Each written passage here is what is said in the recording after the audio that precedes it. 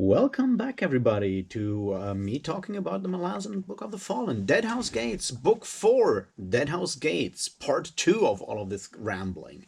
And yeah, what can I say? The scarf grew slightly longer again.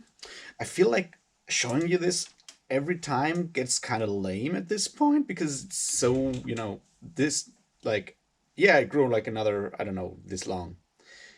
But yeah.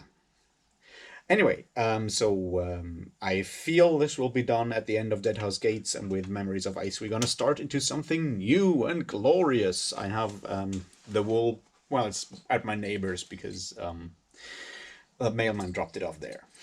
Anyway, that's that, and I'll get right into it. It's gonna be probably even more rambly than usual today because I feel like I don't have that much of a through line.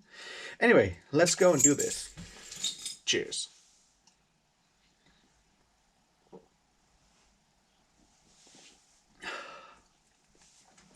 So yeah, I once again I want to switch between a couple of those viewpoints. I'm probably not gonna get to all of them today because there's a lot going on in that last book. It's much longer and there's a lot of stuff going on. Things are definitely escalating everywhere. And there's going to be a few like minor things I want to talk about, and we'll see how far I can take it today, and then I'll do the rest tomorrow, I suspect, or later on. We'll see. Anyway, let's start by remaining with the Chain of Dogs. The Chain of Dogs at this point is kind of the main drama, like on the big scale, I would say. And there's like two important things that I feel like we need to talk about today. One of them is the theme of betrayal. It's something that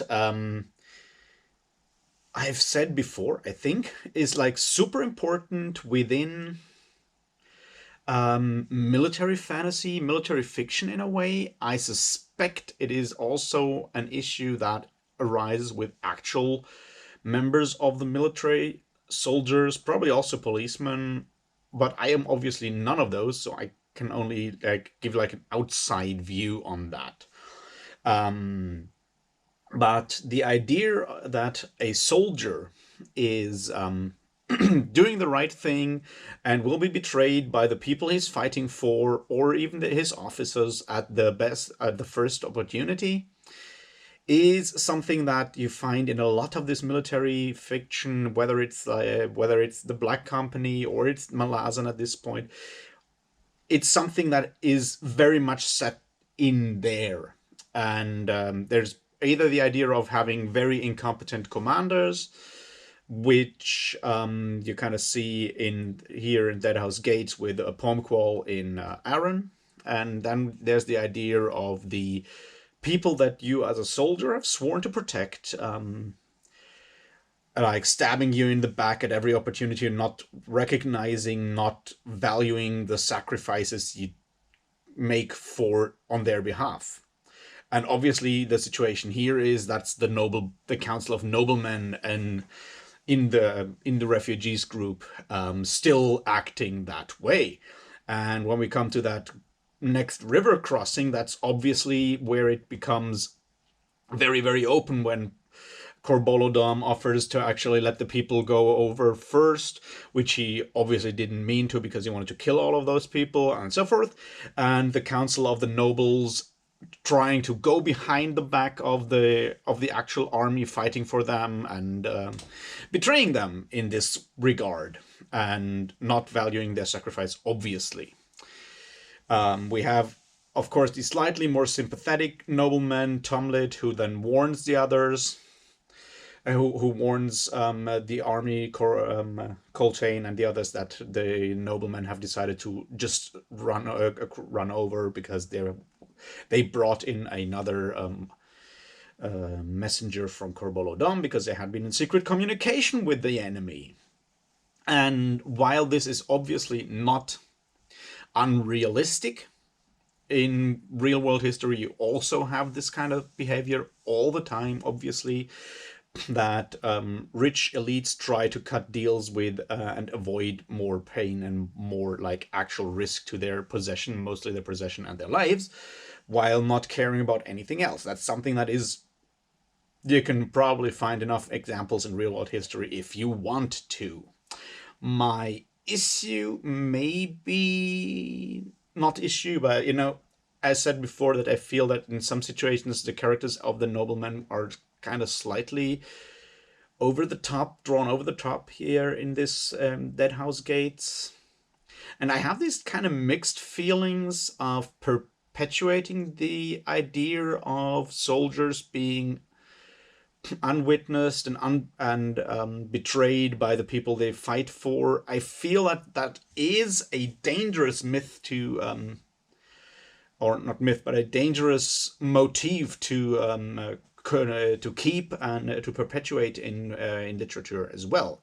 Once again, I am not, obviously not a soldier or anyone else in that kind of job. So I have like an easy way. I have it super easy to just talk about this without any like actual experience.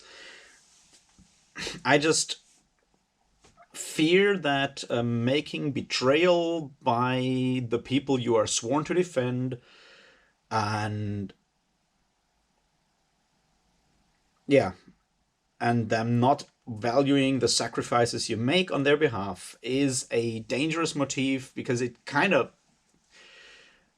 can lead to the fact to the fact that people in the service, in the military service or police service or whatever, despising the civilian elements, and that has obviously really dangerous consequences in the real world. But once again, we're here in the Malazan Empire, in the Malazan fiction, and within the fiction it totally makes sense. And once again, of course, certain members of the nobility or financial elite obviously behave in that problematic way. So it's not like this is unjustified to portray it that way. It just kind of makes me feel uneasy to have that motif of betrayal so front and center all the time, basically. And it's something that keeps on going. I've said this before, that betrayal seems to be one of the major motifs within military fantasy, probably also military science fiction as well. Like in all of those military fictions, it seems to be a very, very prominent element, at least in the ones that I have read. So yeah, we have that. And finally, there's consequences. A lot of people die due to the act, due to that betrayal and rash actions by the nobility, council of nobility. Our main noble characters seem to not learn at all from this. Big surprise. There's like very little character development with those people. That's, once again, I've said this before, it's, if I have a criticism of Deadhouse Gates, it would be the fact that this council of noblemen seems to be a bit too shallow and too one-dimensional when it comes to that behavior. I've tried to reason my way out of that earlier on already, so I'm not going to go deeper into that. I'm just going to leave it here and say that issue of betrayal is something that kind of bothers me on a level outside of the actual fiction, where it works in the fiction. I just kind of feel, I don't know, I just kind of feel awkward about it, about its real world consequences, because once again, I said this before, these books make us think about a lot of things outside of just the Malazan world, and these kind of episodes might have consequences with our thoughts outside of it as well. And I feel uneasy with that, is what I'm trying to say. All right.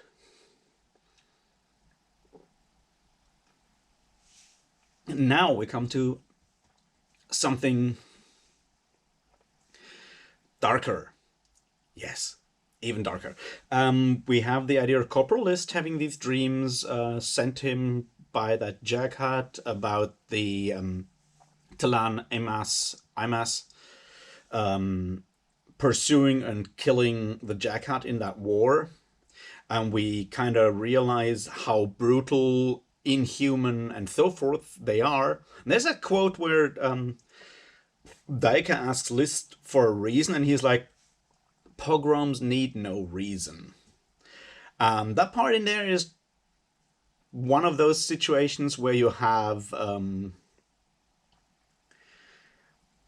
yeah, I mean, this should be clear that this is not only something within the Malazan world. The idea that pogroms and the idea of persecution just because of being different, being a terrible thing and unreasonable in a way, and is a real world problem. And it's one of the strengths of the Malazan Book of the Fallen to have these eminently quotable maxims that you can then use for your real world thinking and acting as well in there. And to have that there is a very, yeah, it's just like it's put very succinctly and eminently quotable is what I'm trying to say here.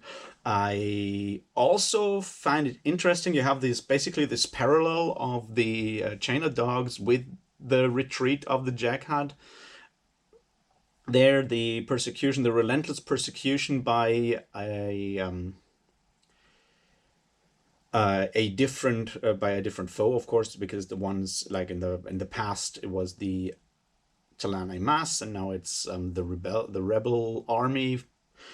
And while there might be some kind of like a rebellion being more than just motivated by racism, basically, it still is a strong element in there. You have that like all the time when you call the non-Seven Cities natives called Mesla and so forth. You know, it kind of parallels that because they're traveling the same way and they're fighting a rearguard action all the time.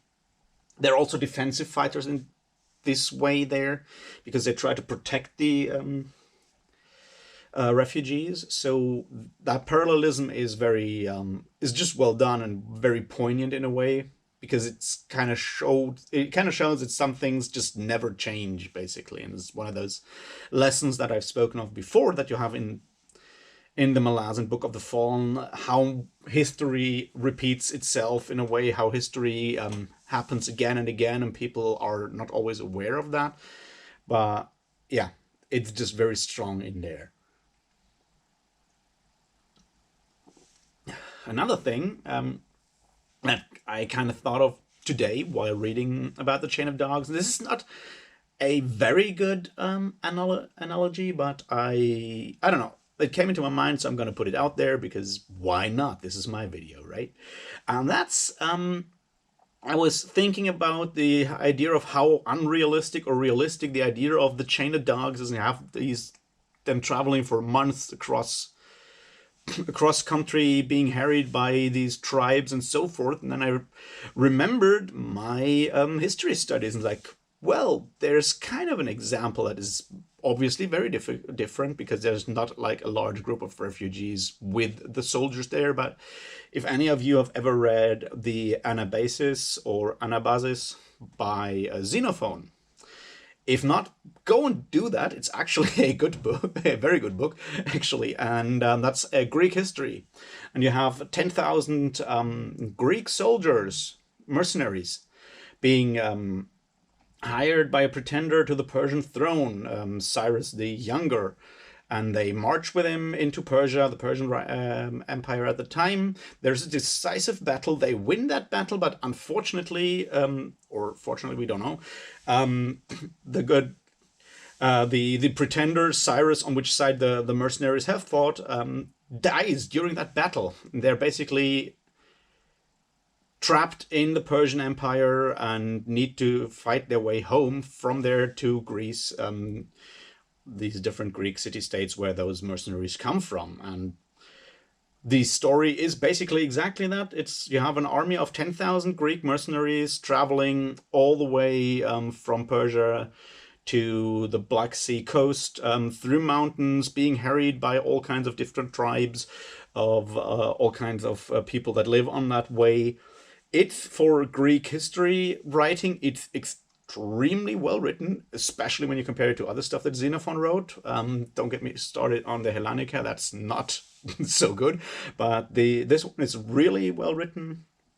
It manages to actually both give you, like, that kind of short description of the different those different tribes and their rights and stuff like that, but it also shows the desperation of those soldiers getting this a really, really well done part in there, when they are like basically trapped in snow and he's running back with others to wake up soldiers that are basically in danger to freeze to death in the snow and stuff like that. Now, obviously, that's a different, like, the geography is a different one, and the risks are rather like snow and freezing to death in some parts when they cross the mountains, and not so much thirst and dying in a desert or steppe without water.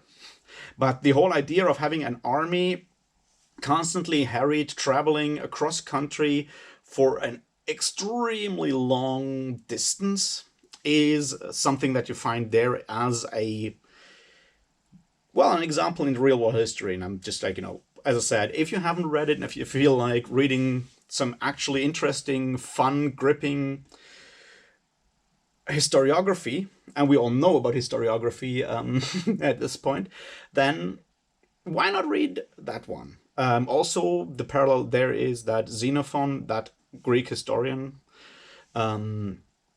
was one of the generals of that, like one of the leaders of that mercenary army. I mean, he wasn't supposed to be general, just like at some point he took over some part of the organization of that retreat back home, and he's writing from first person experience. So there's obviously a parallel there to Daika, which kind of makes sense, because when you, on the other hand, look at the Hellenica, that other big book that Xenophon wrote on history, which is a extension of the Peloponnesian War written by Thucydides after Thucydides' death, or whenever, like, where his book ends.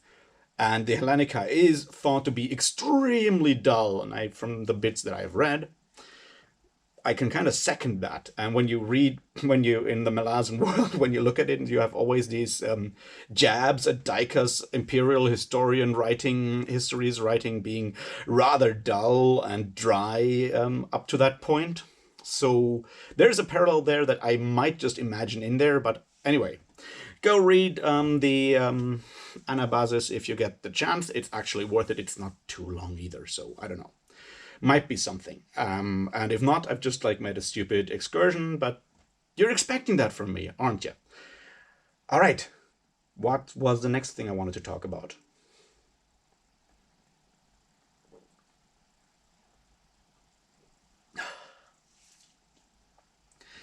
All right, the next thing we might need to look at is the idea of colonialism as exploiting the country that is where the colony is situated, a problem of imperialism that we'll come to again and again, I suspect, but is shown there with High Fist Pormqual, like taking all that treasury and all that stuff and sending it by boat to the Malazan Empire to enrich himself personally.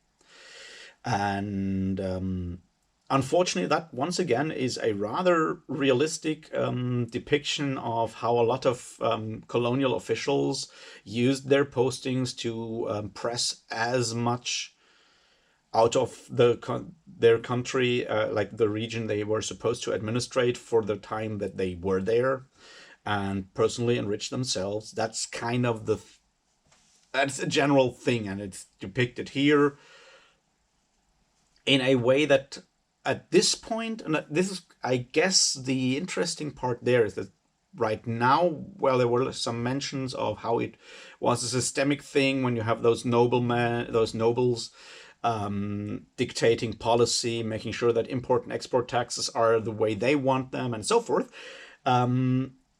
It is, so far, it looks like, at least in the end of Deadhouse Gates, it looks more like it being a personal failing of someone like the High Fist Pormqual and some of those other noblemen that we see on the track.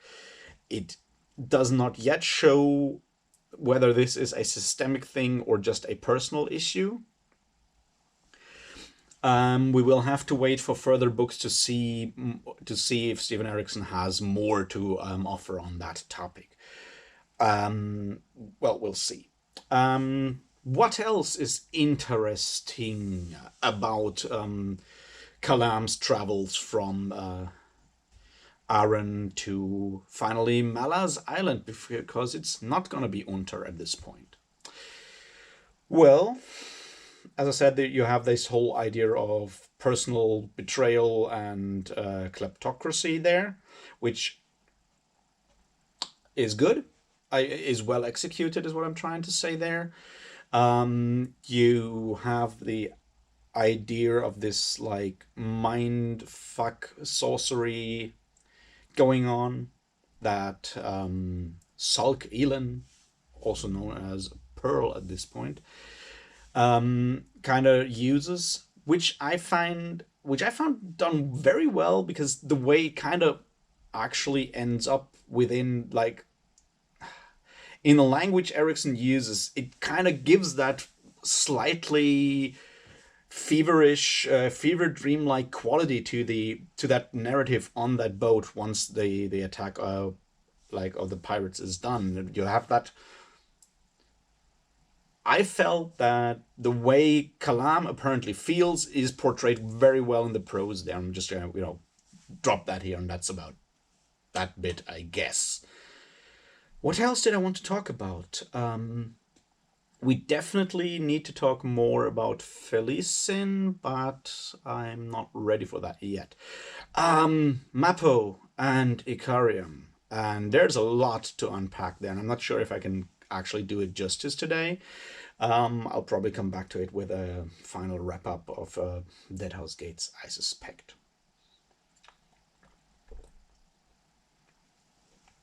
But yeah, we finally get more or less all the Icarium Mapo story full on the table.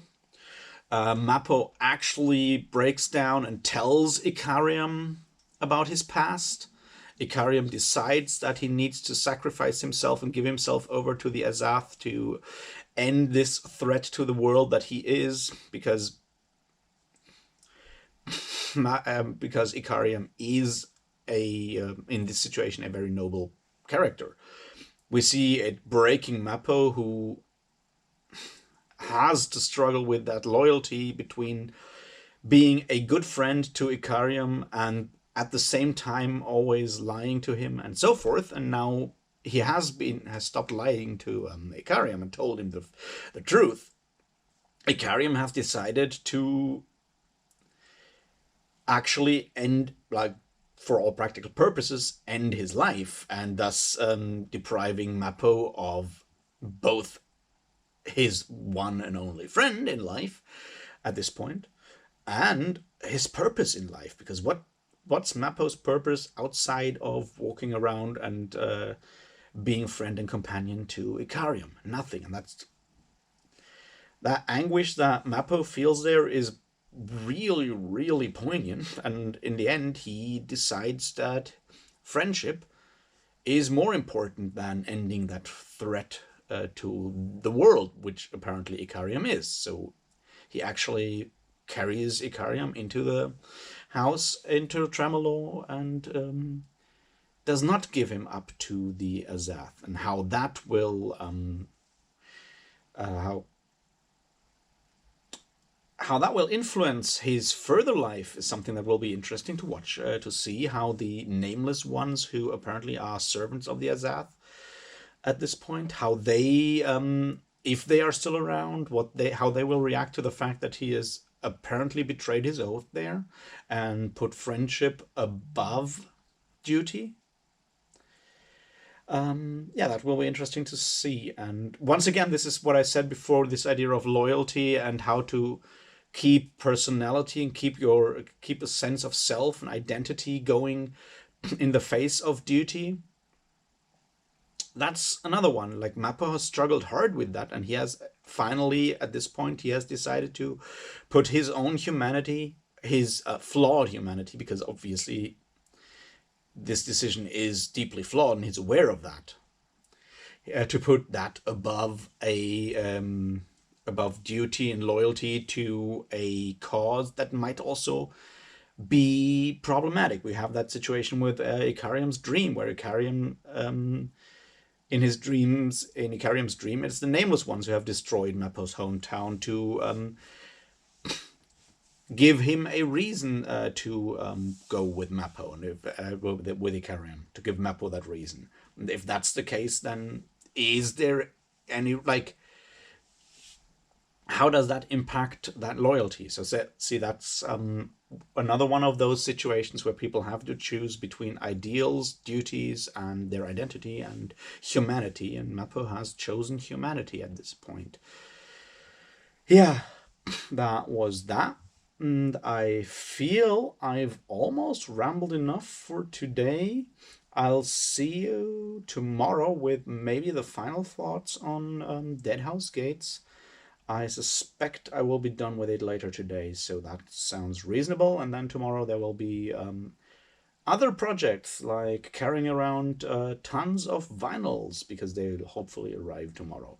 Anyway, until then, and cheers.